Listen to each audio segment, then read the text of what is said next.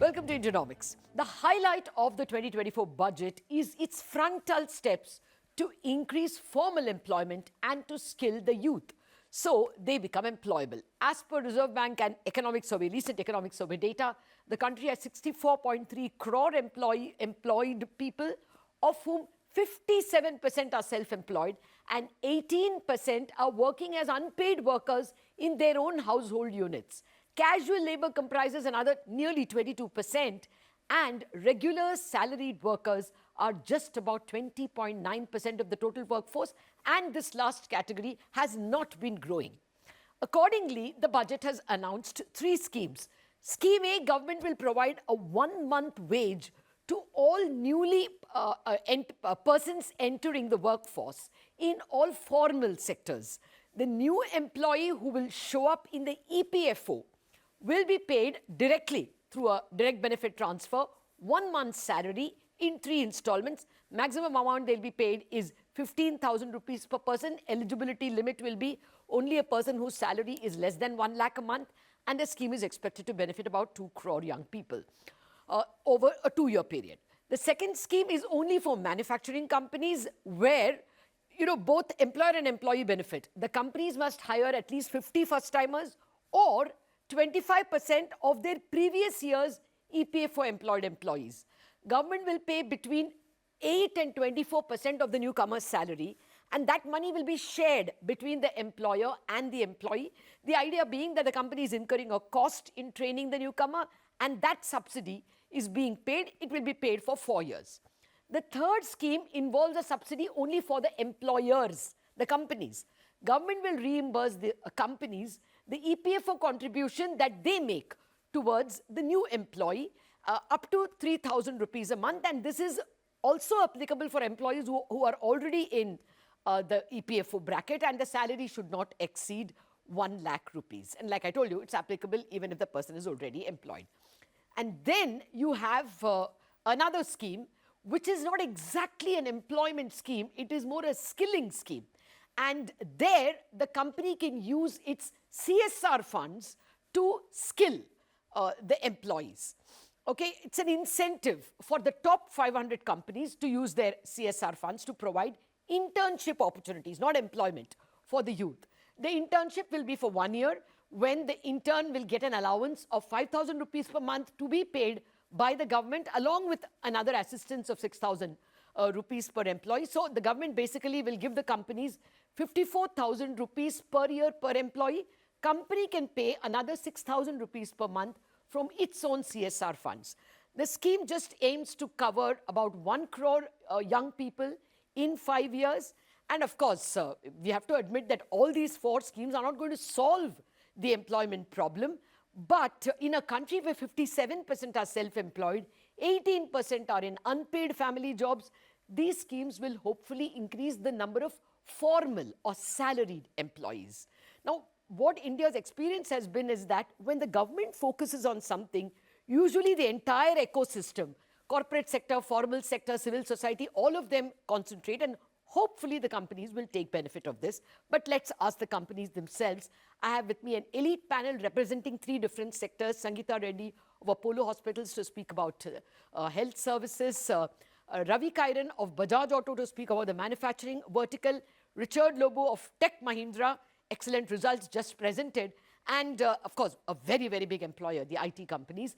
Amit Basoli is a specialist in employment economics, professor of economics from the Azim Premji University. Gentlemen and Sangeeta, thank you very much indeed for your time. And this is a very, very important discussion. Sangeeta, you go first. 3 schemes, at least 2 of them, you're not in manufacturing. Scheme A and Scheme C directly benefit you. Will it make your company just go for a little more employment rather than outsource or keep them informal? So clearly, Latha, these are good schemes. I think we need to prefix this with the fact that healthcare is among the world's largest employers. I don't know if our focus will be to employ more people, because we anyway have to employ as many as we need. I think the focus is really for us to look at how can we enhance the number of people that we train and look at the global workforce shortage. So we are already in skilling. We train or skill about 85,000 people a year. We skill for our own internal requirements as well as for the industry, as well as for the globe. So these are very good schemes. We will definitely be utilizing them and studying further how we can enhance the employment we make, how we can ensure that these people are placed well in good jobs. And in the immediate, I think any aspects of transferring people from outsourced jobs to internal is being studied. So Okay. overall, I think it's some good opportunities opening up, and we will definitely be exploring them and using them. Okay, okay. That's good to hear. Ravi Kairan, for manufacturing. You know, there is this story about how Bharat Forge actually had a lot of unskilled employers, some 2,000 of them, and then they went robotics and only employed engineers, and then it became an international company. You know, manufacturing just moved towards more capital intensive and not labor intensive. So, given that, do you think this scheme will move the needle for you in particular? So, I want to echo what Sangeeta said. This is clearly schemes in the right direction. I think overall, when we look at it, it looks quite promising. Of course, devil is always in the details. We'll have to read through a lot of this. We'll have to figure out some of the small prints in that and try to understand that scheme and how it would actually get implemented. But in manufacturing sector as a whole, if I were to look at it, especially when we talk about Bajaj Auto, there are at least three of these schemes which will directly be beneficial to us. Both Scheme B, which is job creation and manufacturing, as well as Scheme C, would be quite applicable to us. There are, of course, caps which come into play. A company of our size, of our salary levels, it doesn't mean that it will actually impact all the employees. But yeah, there will be definitely, for the first time, entrant into workforce, as well as people who are joining in from directly from colleges at the entry level. They are surely bound to benefit out of the scheme, assuming, of course, some of the clarity that we need comes by. For example, there's a line which says that the refund has to happen to the government if the employment were to get terminated within 12 months. Now, we don't know what this means, right? So if an employee were to resign, for example, for higher studies, or they want to do something else, would then the employer have to refund it? Or is it only if the employer were to reduce force? What if there are, other issues if some employee were to abscond? So I think these are things which needs to get clarified. I hope that when they are framing the rules, a lot of these inputs are taken into consideration, and we are able to frame the rules which make it actually more inclusive and beneficial and doesn't become penalizing. But overall, I must say this is absolutely in the right direction. And when we look at internship scheme as Bajaj Auto, our primary... 1 minute, Ravi, I'll come to the internship scheme because that requires, it'll apply to all of you all, and that I think looks very promising. I'll just come to you in a minute. Richard, the IT sector was the biggest employer, and we got a heart attack last time when the top 5 Nifty companies, the total employment went down by 60,000. That was the first year we heard that.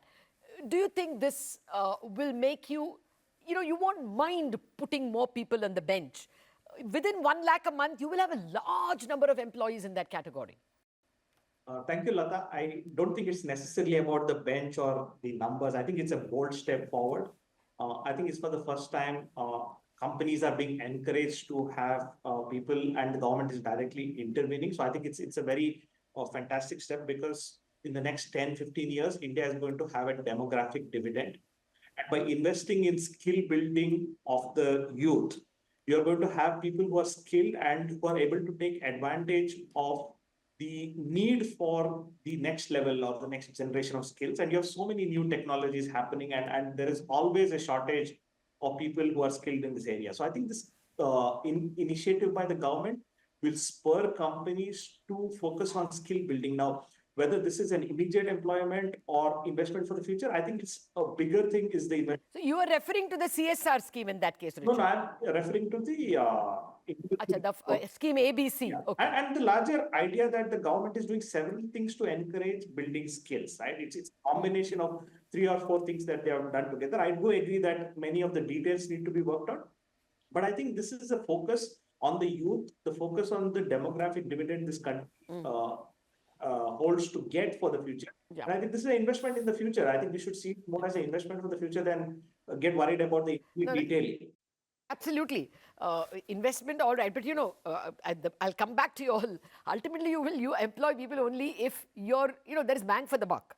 So there is an economy question there. There's a demand question.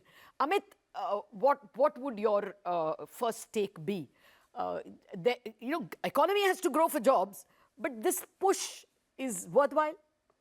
Right. So, exactly right, Latha. I mean, I think, if we think about what is the imagination behind such a policy as to what are the main constraints that exist, right? And there's a nice article, actually, today's Hindu, an interview by the Finance Secretary, TV Somnathan, lays out very nicely what the thinking behind such a thing is. That we believe that if we were to nudge employers a little bit, subsidize the wages a little bit, then they are willing to hire. It's just costs that are at the margin stopping them. Right? And at the margin is the key part, that this is not about a big structural shift. It's about just relaxing those constraints a little bit. Who are these employers that we think are constrained in this fashion? And I think, we just don't understand enough about this. There isn't enough research. I should point out that the idea has been around for a while. The Rozgar Protsahan Yojana has been in the works has been on the ground for a few years. And it's exactly this kind of EPFO linked subsidy type of scheme. But there have been no systematic studies that tell us, does employment on net actually increase when something like this is offered? My instinct is that this will work where, as you said, demand is not a big problem, where employers are constrained by these kinds of costs, whether it's cost of onboarding a new employee, seeing through that transition period, and those will be smaller employers. They will not be big companies, is my gut feeling. MSMEs in particular. So it will work to the extent that we target it towards the smaller PFO database employers, where it's a genuine cost for them and a risk to take with a new person. I have them for 6 months. It's not turning out to be a good idea. I've lost a significant part of, my revenue. So that's my initial take on it. I guess there is a cost that comes with formality. And actually, Manish Sabharwal was on the channel saying that when he's in a staffing company, team leads, and the employee normally asks, "Sab kaun sa salary? Chitti wala salary ya haath mein milega salary?" So, that the taking away that EPFO hurts. And he says if that is reimbursed and the employee gets that much more, 15,000 plus the EPFO amount, he will probably stay. But Sangeeta, the other thing, incidentally, Amit Somanathan explained that in great detail even on CNBC TV18. And his point is, government can't handhold for internship. And very often, companies also don't know what to do with the CSR funds. They give it in charity and stuff like that.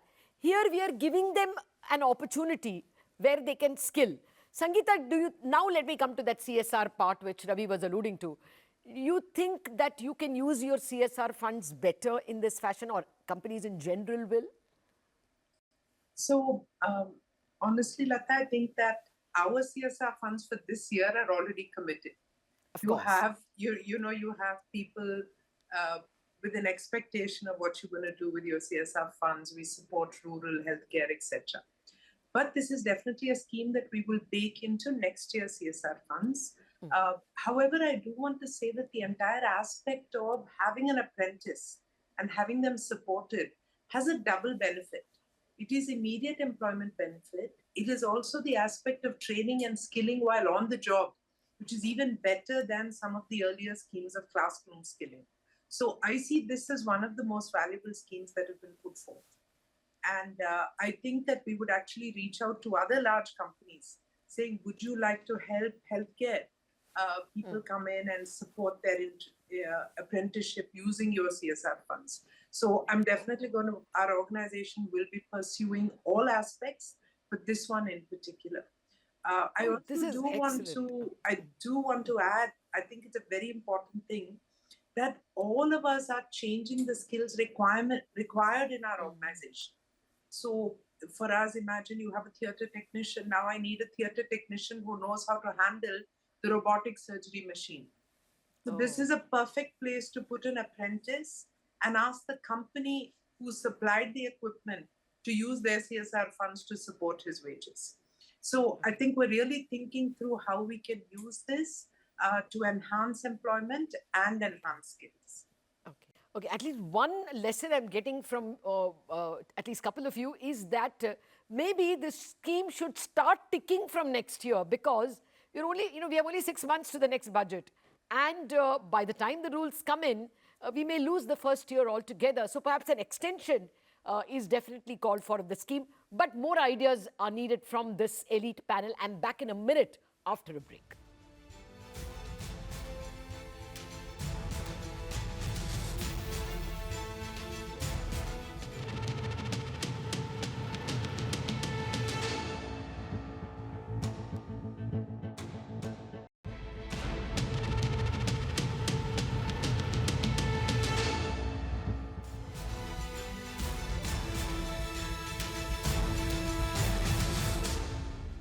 Welcome back to this Indianomics special on the budget's employment and skilling schemes. I have been speaking with Sangeeta Reddy of Apollo, Richard Lobu, the Chief HR Officer of TechM, Ravi Kairan, the Chief HR Officer of Bajaj Auto, and Amit Basoli, Specialist in Employment Economics from the Azim Premji University. Gentlemen and Sangeeta, thank you very much for your patience and for staying on.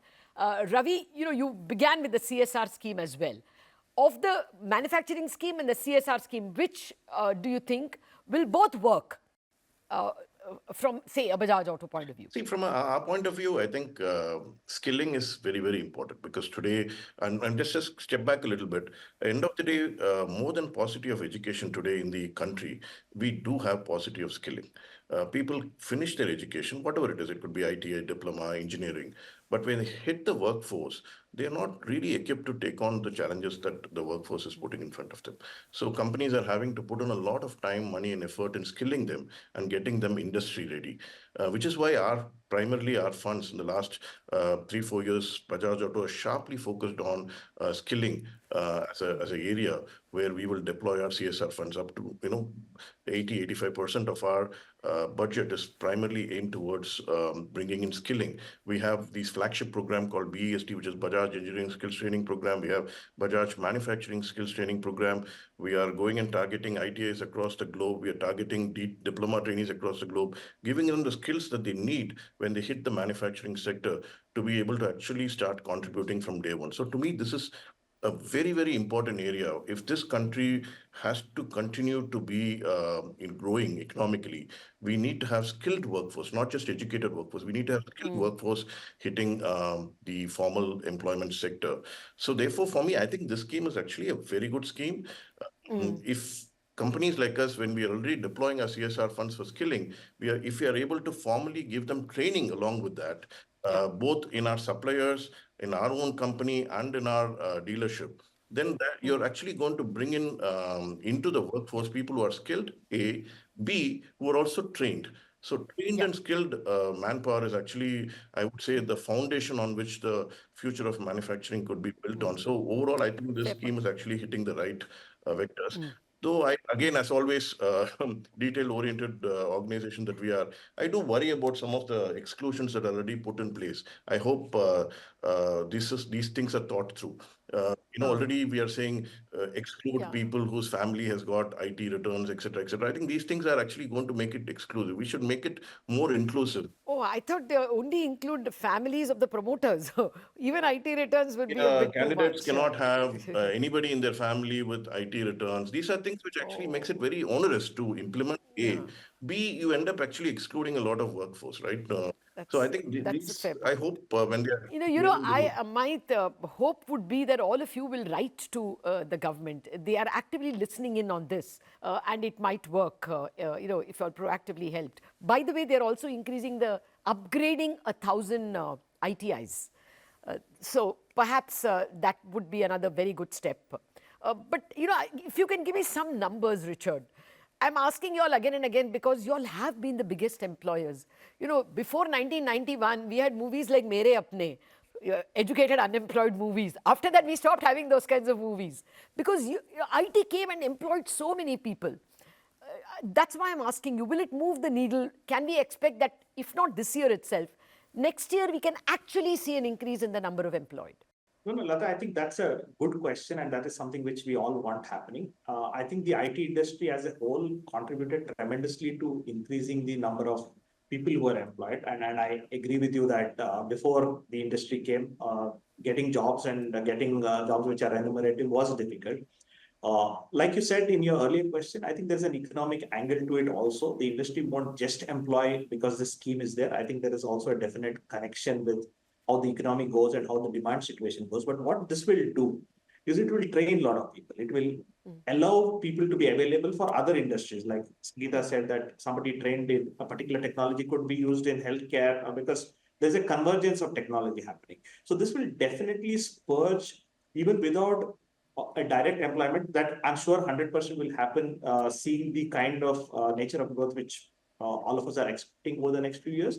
But I think more than that, it will help a skilled workforce. If people work in the best of the companies, and they've clearly said the top few companies, they will definitely get benefits, which will be a huge boost to what they've already done through the education system. And I think many industries could take advantage of the skilling which is going to happen. And I think that is the bigger thing which we have to view. And I definitely hope, and like you have said, that the IT industry will definitely see an increase in employment over the next few years. And that's something which we are hoping for. But even without that, I think it will contribute a lot towards skill building, which other industries can definitely use people who are skilled in technology. No, I mean, you straight away, if they are going to pick up 3,000 rupees of the EPFO money, which is under Scheme C, for all employees, new employees under 1 lakh, I think it will be some transfer of funds into high employing companies like IT companies. Of course, we will have to see whether the family has an IT payer.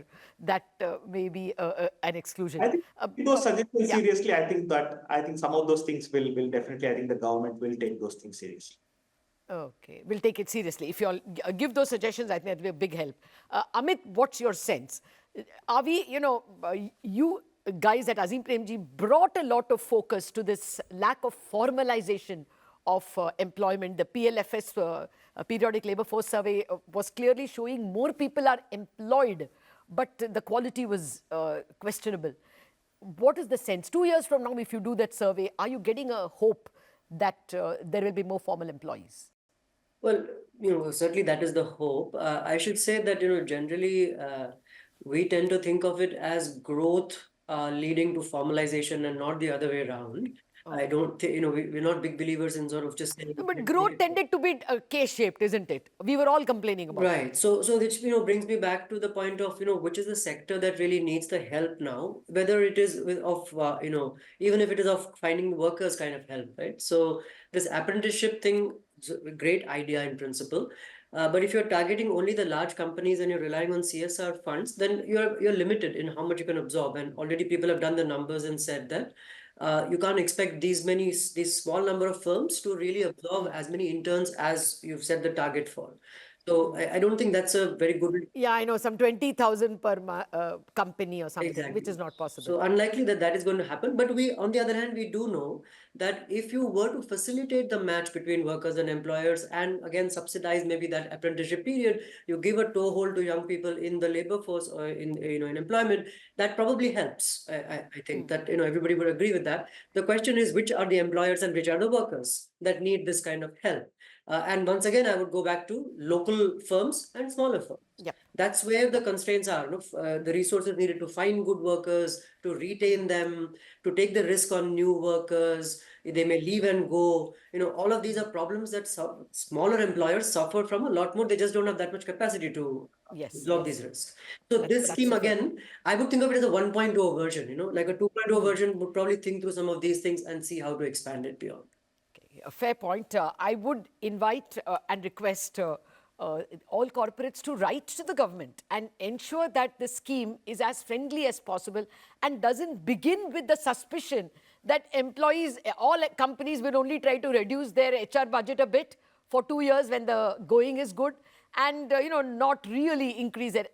I hope they don't start with that suspicion of corporate India per se, but see them as collaborators. And of course, on the other hand, employers also use it as a way to formalize more employees who were hitherto informal. Ultimately, this is running only for 2 years. So if you're taking on a full-length employer with EPFO and other benefits, then you will have to see economic growth, as all of you point out. So there is no running away from the fact that it has to be growth-oriented. We will have more discussions as you guys see the rules and come with, more requirements, as well as, what success has this can achieve. Thank you very much, Sangeeta, Ravi, Richard, and Amit, for kicking off what is a very important discussion. According to me, this is one of the best parts of this year's budget. Thank you very much for watching this edition of Indianomics.